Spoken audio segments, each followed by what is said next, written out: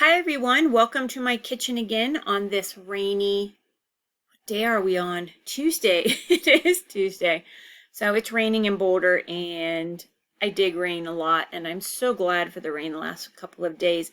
And y'all, I'm here to thank you and celebrate your work on the Fleeing to the Mountains essay. The discussion board post from Module 1 was designed to help you to practice analysis so that as you move into a pretty intense week of writing a rhetorical analysis essay on the primary source that you've selected, you've selected one of those Atlantic essays, you feel some confidence going into that work. And so I'm here to celebrate, to help you to feel that confidence, y'all, and to share some information. Y'all had some awesome work in those discussion board posts, and I've created a handout which is posted on this discussion board where you've also found this video. And so I just want to cover a few things. First, want to show you that the color coding of this document is at the bottom of page 1. It's in the footer. So you can see, oh, I think I went down one too many pages, but regardless, you can see what the colors mean. I want to help you to see that for rhetorical analysis essays, there's usually 3 general focus areas, and they can be combined.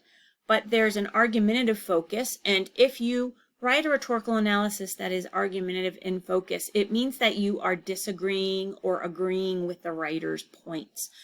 So what I did in this column was I noted where Andrew and Russell, Sam and Sergey did that.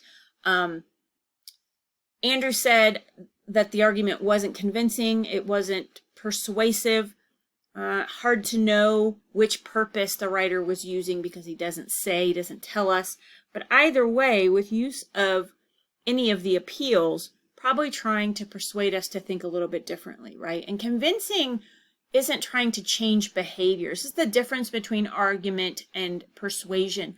The convincing is usually just expression of argument, want the reader to acknowledge the points. But persuasion is used by writers when they want the reader to change their behavior, to do something. Some of you mentioned in your post a call to action. So if there's a call to action in place, persuasion is being used more than argument. But, we tend to use argument and persuasion almost like they're interchangeable words, even though they're kind of not.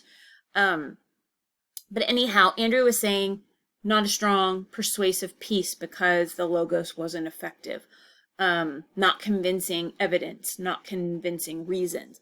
Russell pointed out that the use of narrative sort of interfered with the argument, which is one of the reasons why some professors say no first person, and some will even try to keep you from telling narratives in third person. But y'all, I think narrative can be used effectively in argument and persuasion, and you'll soon learn that about me as a professor. But I think this is an example where Russell has a good point. Maybe the narrative goes a little bit too far. There was mention of the shaggy dog. It's a kind of a yarn that doesn't really have much of a point, and so it really takes a lot of the energy out of the essay, and the points that the writer is trying to make don't really get made. So there's an effective way to use narrative in argument and persuasion, but maybe this one went too far. And then Sam and Sergey pointed out there might be some fallacies here. All right. So fallacies, I'm going to give you some page numbers about where you can get information in the textbook that you probably should use as a research tool for this essay. There are plenty of chapters I haven't asked you to read. I've asked you to pay attention to the rhetorical analysis chapter, which is what, chapter 6? But right before chapter 6, there's a fallacies chapter, and there are chapters, one chapter for logos, pathos, and ethos that you could use as a secondary source. Just throwing that out there for you all to be thinking about, those of you receiving your textbooks, not relying on my PDFs in D2L to help you keep up with the classwork. The other focus is an evaluative focus, and you'll see the majority of folks who did the post on Fleeing to the Mountains were in this category. Evaluating in rhetorical analysis means that you are looking at the quality of the writing through the essay structure, through the argumentative structure, through the rhetorical situation, thinking about audience and purpose, and some of you even moved into genre a little bit. and through thinking about schemes and tropes. So can these first two columns be combined? Yes. You can look at the quality of the writing and then also disagree with a point that the author makes or agree with a point that the author makes. And then you see no one fell into the interpretive focus for the rhetorical analysis, which analyzes for an assumed meaning of schemes, tropes, aspects of the rhetorical situation being used. So nearly no one did this. Someone did it a little bit, and I might be able to show you that in a second when I get to this creative analysis possibility. So once you scroll down the page, you all see that I'm trying to give all of you a thumbs up or a fist bump for awesome work where you found some really cool things. Analyzing audiences in this column. Only one person near the end of my discussion board reading did purpose. Maybe I can focus on that. I think that's in the creative analysis possibilities column. So I'll point that person out in a second. So now I'm going to start talking really fast because I'm going to read this list to you all and let you know that I created the creative analysis possibilities column to, again, fist bump, thumbs up. Maybe we want to head smack each other with our foreheads. I don't know. Anyway, that's not happening because this is all online. But I wanted to give all of you a shout out for some excellent thinking. And these are some really cool ideas for analysis that you can do in your real rhetorical analysis essay that you're writing now. Stevie spent a lot of time helping us to understand the appeals, to go deeper with them, many examples, or writing about all three of them, because in most writers do use all three. They don't usually just use one or the other, or maybe just use two. Is it required to use all three? No, but you all hear what I'm saying. Melissa did a great job also of really deeply analyzing pathos. And there were so many examples of pathos, and so that could be a possibility for an essay, that you just look at how one line of argument or one appeal is used. Sage combined essays of the combined elements of the essay with the rhetorical situation. So looked deeply at how introduction was specifically trying to connect with the reader. That was really an awesome analysis point. Trey, you did an awesome job of helping us to see a creative audience analysis, which is kind of tied to purpose in a way, that the connection between Christoph and the readers was to encourage. There was a moment of encouragement between the reader and the writer. Gabrielle talked a little bit about genre by identifying that there's both narrative and argument in the piece of writing through a commentary of sorts. Abby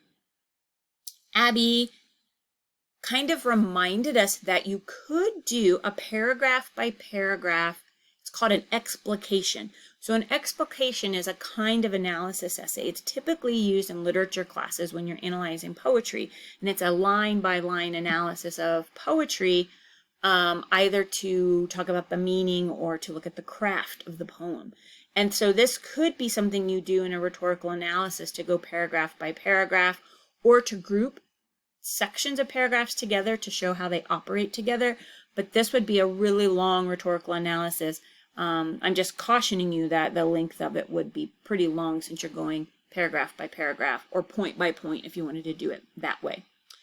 Jessica reminded us of connotation, which I talked about this week when I presented on tropes, that some of the word choice of the author was persuading readers in a specific way. So looking at how word choice can really help you to build your persuasive piece is a really cool analysis point as well. Kristen did a really cool thing with looking at all three lines of argument or all three appeals, but then showing that there was unity in the essay because the logos was the primary appeal. So that was a really cool move for an analysis. Russell was the one. Russell, I'm now remembering that you were the one who mentioned a dual purpose, and I'm going to pause because I think I'm going to sneeze. Okay, no sneeze, but Russell examined a dual purpose. Really awesome. Corrine, you did a great job of talking about context. Context in writing is sometimes hard for people to understand, and a really simplistic understanding of context is something that I said in the syllabus, that we write for personal reasons, academic reasons, professional reasons, within our professional or business identity or, in the writing that we do for work. So looking at the context of the piece, which would have you looking at the New York Times, because I believe this piece was originally published there, that helps us to understand the audience, that helps us to understand even word choice and diction.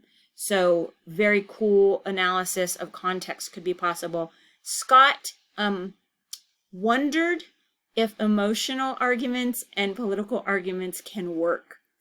He didn't actually ask that question, but from the discussion board post, that was the question I came up with. So I think considering coming up with a question about whether something works, if you find a piece to be problematic quality-wise, having this question might drive your analysis. It might even help you to write an inductive analysis. Many professors will say, don't ask questions in your writing. And I often think this is bad advice, bad writing advice, because questions can help to guide you as a writer, can help to guide a reader. They often play a very important role in connecting parts and transitions.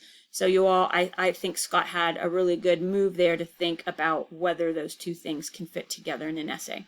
And the last point I want to make are to Sam and Sergey's, Sergey, I think I misspelled your name down here, so let me fix this. Sergey's credit. They, again, are wondering if there are fallacies. So the fallacies in edition 8 are on pages 80 to 96. The fallacy chapter in edition 9 are on pages 78 to 93. Please use these as research tools if you want to look up any fallacies that you think might be happening in your Atlantic essay that is your primary source. Sam wondered if expressing your value so strongly moves the paper into a place where readers, moves the essay into a place where readers are untrustworthy, because a point of view is being pressed so hard, is being emphasized so strongly. And then Sergey just flat out said, hey, I think there's a fallacy. And Sergey, I wanted to help you out. I think it's either dogmatism or stacking the deck. And I think I just typed that in the wrong box, but that's above your name there. So you all, thank you for your fantastic work. I hope this video has been helpful, because I really do hope that you'll take some of the ideas that you shared on the Fleeing to the Mountain sort of quasi-analysis through the discussion board, and sort of apply some of those to the analysis you're doing in your essay writing this week on the Atlantic essay. Let me know if you have questions. Great work, and I'll talk to you later.